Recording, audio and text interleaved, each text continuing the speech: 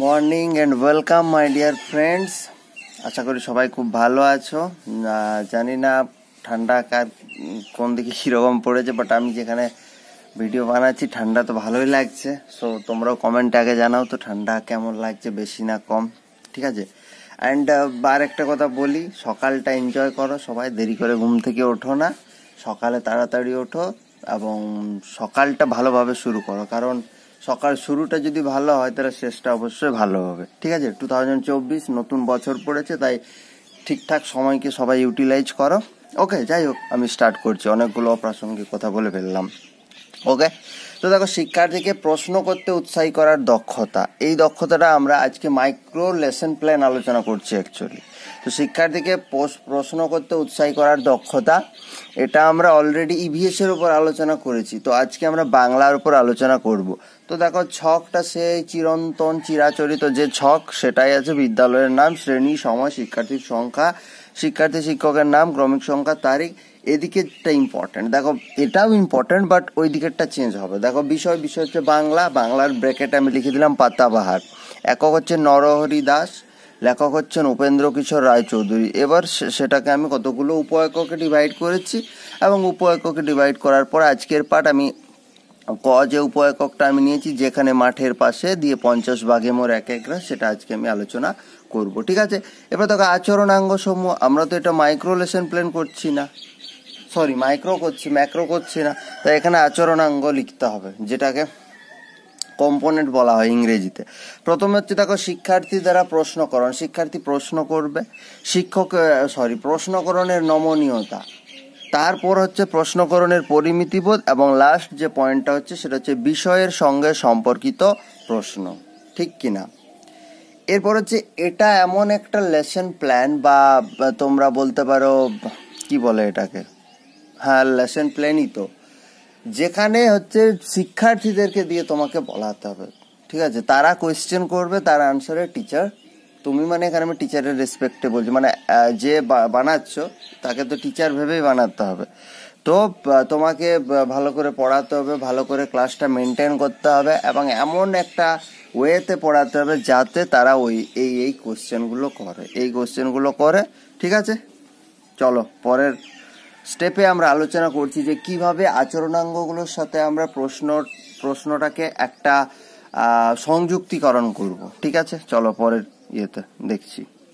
তাহলে আমরা নরহরি দাস আমরা বলেছিলাম, যদি লেখক বা কবি থাকেন তাহলে ওই দিকটা কবি পরিচিতি দিতে হবে। কবি পরিচিতি মানে কি গো, জন্ম দিতে হবে, মৃত্যু দিতে হবে, তার উল্লেখযোগ্য 2-4টে বইয়ের নাম দিতে হবে। এছাড়া তুমি যদি চাও দিতে পারো, যেমন রবীন্দ্রনাথ ঠাকুর যদি লেখো তাহলে রবীন্দ্রনাথ ঠাকুর সম্পর্কে অবশ্যই তোমাকে দিতে হবে নোবেল পুরস্কারের কথা। এরকম 2-4টে কথা দিয়ে তোমাকে ওটা শেষ করতে হবে, ঠিক আছে।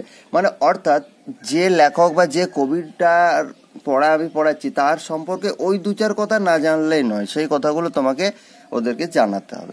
এরপর সেই যেমন বাঁধা ধরা নিয়ম ছিল, শ্রেণীকক্ষে প্রবেশ করে শিক্ষার্থীদের সাথে কুশল বিনিময় করে শিক্ষক মহাশয় তাদেরকে ক ও খ দুটি দলে বিভক্ত হয়ে বসতে বলবেন, এবং বিষয়বস্তু গল্প বলা পদ্ধতির মাধ্যমে উপস্থাপন করার চেষ্টা করবেন। এখানে দেখো আমি লিখেছি বিষয়বস্তু গল্প বলা পদ্ধতির মাধ্যমে উপস্থাপন করার চেষ্টা করবেন। এখানটা একটু বোঝার চেষ্টা করো। দেখো, এটা নরহরি দাস একটা গল্প, একটা ছাগল, একটা বাঘ এবং একটা শিয়ালের গল্প। তাহলে ওরা তো গল্প শুনতে ভালোবাসে। এরপর তুমি হঠাৎ করে অন্য একটা কবিতা পড়াচ্ছ, কবিতা পড়াতে পড়াতে তুমি কিন্তু এখানে লিখতে পারো না যে তুমি বিষয়টি গল্প বলা পদ্ধতির মাধ্যমে উপস্থাপন করার চেষ্টা করবে, ঠিক আছে। ব্যাপারটা কেমন একটা দেখায় না। অর্থাৎ একটা গল্প হলে তুমি গল্প বলা পদ্ধতি করো, একটা জাস্ট সিম্পল কোনো একটা লেসন যদিও থাকে তাহলে সেটা তুমি বলতে পারো আমি আলোচনা পদ্ধতির মাধ্যমে বা অনুবন্ধ পদ্ধতির মাধ্যমে, এরম করে তোমাকে লিখতে হবে। সেটা পাঠটা ভালো করে পড়লেই তুমি বুঝতে পারবে।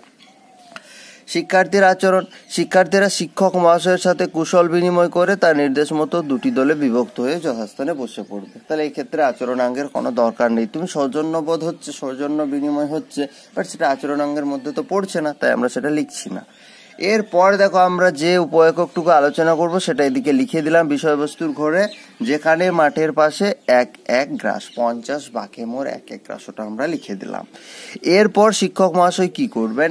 এরপর শিক্ষক মহাশয় আজকের পাঠের বিষয়বস্তু সংক্রান্ত একটা ছবি শিক্ষার্থীদের সামনে দেখাবেন। আমরা টিএলএম পড়ে আসছি 2 বছর থেকে, ও ভালো করে দেখতে বলবে। তাহলে এরপর পাঠের বিষয়বস্তু রিলেটেড একটা টিএলএম, যেটা টিচার আগে থেকেই তৈরি করা আছে টিচারের কাছে, সেটা টিচার নিয়ে তো ক্লাসরুমে গেছেন, সেটা তাদের সামনে দেখাবেন এবং তাদেরকে দেখতে বলবেন, দেখো তো এটার মধ্যে কি কি আছে, তোমরা কি কি দেখতে পাচ্ছ। শিক্ষার্থীদের বলবেন, আচ্ছা আজকের পাঠ্য বিষয় সম্বন্ধে তোমাদের কোনো প্রশ্ন, সেটা পরে, বাট আগে দেখতে বলবে। নেক্সট শিক্ষার্থীরা ছবিটি ভালো করে দেখবে, যে সমস্ত প্রশ্ন তাদের মনে জাগরিত হবে সেগুলি শিক্ষক মহাশয়কে জিজ্ঞেস করবে। অবশ্যই কোয়েশ্চেন জিজ্ঞেস করবে তারা, যে স্যার ওটা কি, কারণ সব স্টুডেন্ট বুঝতে পারবে না, আর সব কিছু একটা স্টুডেন্ট ওই লেভেলে গিয়ে বুঝতে পারবে না, তাই তারা অবশ্যই কোয়েশ্চেন করবে, ঠিক আছে। এবার টিচার তাদেরকে দেখতে বলবেন। তারপর টিচার কি বলবেন, আচ্ছা তোমাদের এই পাঠ্য বিষয় সম্পর্কে যদি কোনো প্রশ্ন থাকে তাহলে বলো। তার আগে পাঠটা কিন্তু পড়াচ্ছেন, ঠিক আছে। তাহলে ক দল থেকে এলিনা জিজ্ঞেস করলো পাহাড়টি কোথায় ছিল, ঠিক আছে। ক দল থেকে এলিনা জিজ্ঞেস করলো পাহাড়টি কোথায় ছিল, তাহলে পাহাড়টি, টিচার উত্তর দিচ্ছেন, টিচার কি বলছেন, পাহাড়টি ছিল বনের ধারে। তাহলে শিক্ষার্থী দ্বারা প্রশ্ন করুন, ঠিক আছে। তাহলে প্রথমে এলিনা বলে একটা মেয়ে, ও কোয়েশ্চেন করছে পাহাড়টি কোথায় ছিল স্যার, স্যার অ্যান্সার দিচ্ছেন পাহাড়টি ছিল বনের ধারে। তাহলে শিক্ষার্থী দ্বারা প্রশ্ন করেন, একটা হয়ে গেল। এরপর অন্য দল থেকে, খ দল থেকে শিখা জিজ্ঞেস করছে ছাগলছানা কোথায় থাকতো। ছাগলছানা, স্যার ছাগলছানাটা কোথায় থাকতো, আপনি গল্পে যে ছাগলছানার কথা বললেন ওটা কোথায় থাকতো সেটা তো বললেন না। দিয়ে স্যার বলছেন ছাগলছানা গর্তের ভেতরে থাকতো। তাহলে এটাও হলো, দেখো শিক্ষার্থী দ্বারা প্রশ্নকরণ। শিক্ষার্থী প্রশ্ন করছে, তাহলে শিক্ষার্থী দ্বারা প্রশ্নকরণ। নেক্সট ক দল থেকে সুমনা জিজ্ঞেস করছে ছাগলছানার কটা পা থাকে স্যার, ছাগলছানার কয়টি পা থাকে, তাহলে ছাগলছানার 4টি পা থাকে। এটা হচ্ছে প্রশ্নকরণের নমনীয়তা। কেন প্রশ্নকরণের নমনীয়তা?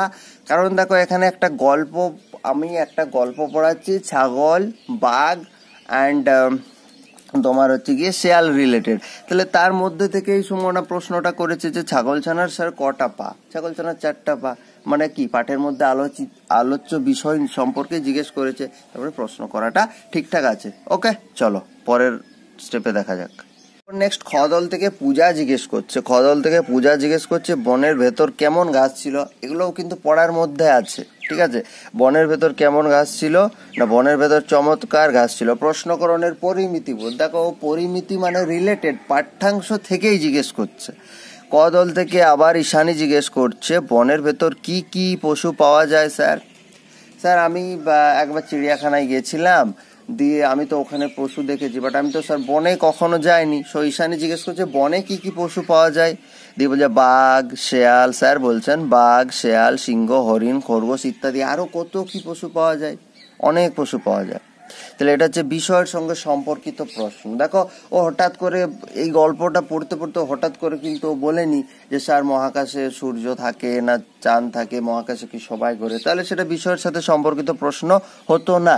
সেটার অ্যান্সারও টিচার ঈশানীকে দিতে হতো, বাট সেটা ক্লাসের পরে দিতেন আলাদাভাবে, কারণ ওর কোয়ারি সব মানে পাঠ্য বিষয় বাদ দিয়ে অন্য একটা স্টুডেন্টের এক্সট্রা কোয়ারি ক্লাসের মধ্যে মেটানো তো সেরকম কোনো নিয়ম নেই, বা সেটা সবার পক্ষে সুবিধাজনক হবেও না, ঠিক আছে। তাহলে বিষয়ের সাথে সম্পর্কিত প্রশ্ন। খ দল থেকে আবার সোনালি জিজ্ঞেস করছে ছাগলছানা কেন চলতে পারছিল না। তোমরা যদি গল্পটা ভালো করে পড়ো তাহলে দেখবে বনের ঘাস খাওয়ার পর ছাগলছানা কিন্তু আর চলতে পারছিল না। তাহলে সোনালি জিজ্ঞেস করছে স্যার চলতে পারছিল না, সেটা তো পড়লাম, আপনার গল্প শুনে বুঝলামও, কেন চলতে পারছিল না, কারণ সে পেট ভর্তি ঘাস খেয়েছিল। এরকম ঘাস তো সে আগে কোনোদিন দেখেনি, তাহলে প্রচুর ঘাস খেয়ে ফেলেছিল, ঠিক। এরপর আবার ক দল থেকে রুকসার জিজ্ঞেস করছে শেয়াল কোথায় নেমন্তন্ন খেতে গিয়েছিল। আমরা গল্পটার পড়ে আমরা বুঝতে পারলাম যে ষাঁড় তো ঘাস খেয়ে চলে গেল, শেয়াল বলছি ছাগলছানা তো চলতে পারছিল না, সেই জন্য ছাগলছানা ওই শেয়ালের গর্তে ঢুকে পড়েছিল।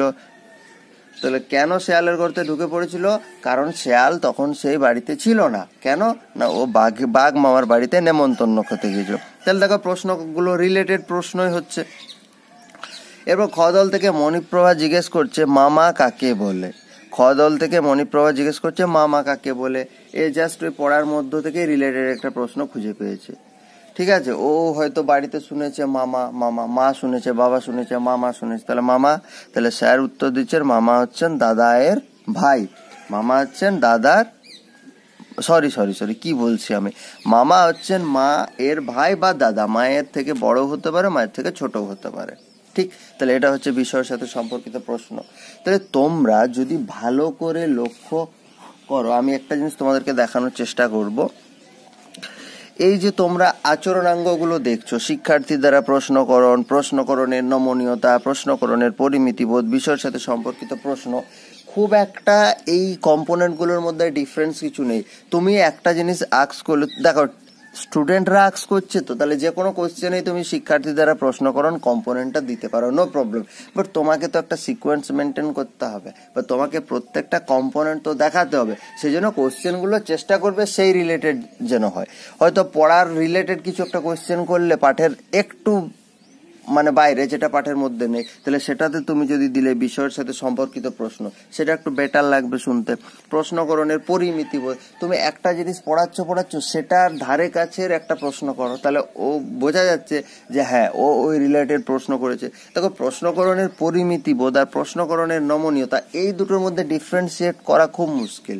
করা যাবে না এমন না, বাট তুমি যে কোশ্চেনটার জন্য নমনীয়তা কম্পোনেন্টটা ইনপুট করছো, সেটার জন্য তুমি পরিমিতিবোধ ইনপুট করলেও খুব একটা ভুল হবে না। ঠিক আছে, তো আই হোপ বোঝাতে পারলাম। এভাবেই লেসন প্ল্যানগুলো লিখতে থাকো, বুঝে বুঝে লেখো, আর এগুলো বোঝা খুব জরুরি, এগুলো ভবিষ্যতে খুব কাজে দেবে। ঠিক আছে, তুমি নাই বা হলে প্রাইমারি টিচার, বাট তুমি যে কোনো জিনিস হলে এটা তোমার একদিন তো তোমারও ফ্যামিলি হবে বা হোয়াট এভার, তুমি যেখানেই থাকো এগুলো জানা তোমার খুব দরকার। ঠিক আছে, যে কিভাবে তুমি প্রাইমারি টিচার নাই বা হলে, বাট তোমার বাড়িতে যে বাচ্চাগুলো আছে তাদেরকে তো পড়াতে হবে তোমাকে, তাহলে তাদের তো টিচার তুমি, তো সেইভাবে তখন কিভাবে তাদেরকে ট্যাকেল করবে। ঠিক আছে, কারণ তাদের প্রাক্ষবিক দিকটা তখন খুব একটা ইম্পর্টেন্স দিতে হয় ছোট থেকে।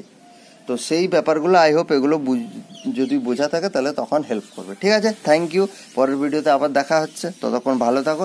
আর এই ভিডিওগুলো যদি হেল্পফুল হয়, যদি কারো মনে হয় যে কাজে লাগছে, তাহলে অবশ্যই সাবস্ক্রাইব, লাইক অ্যান্ড শেয়ার করে দেবেন। Thank you, tata.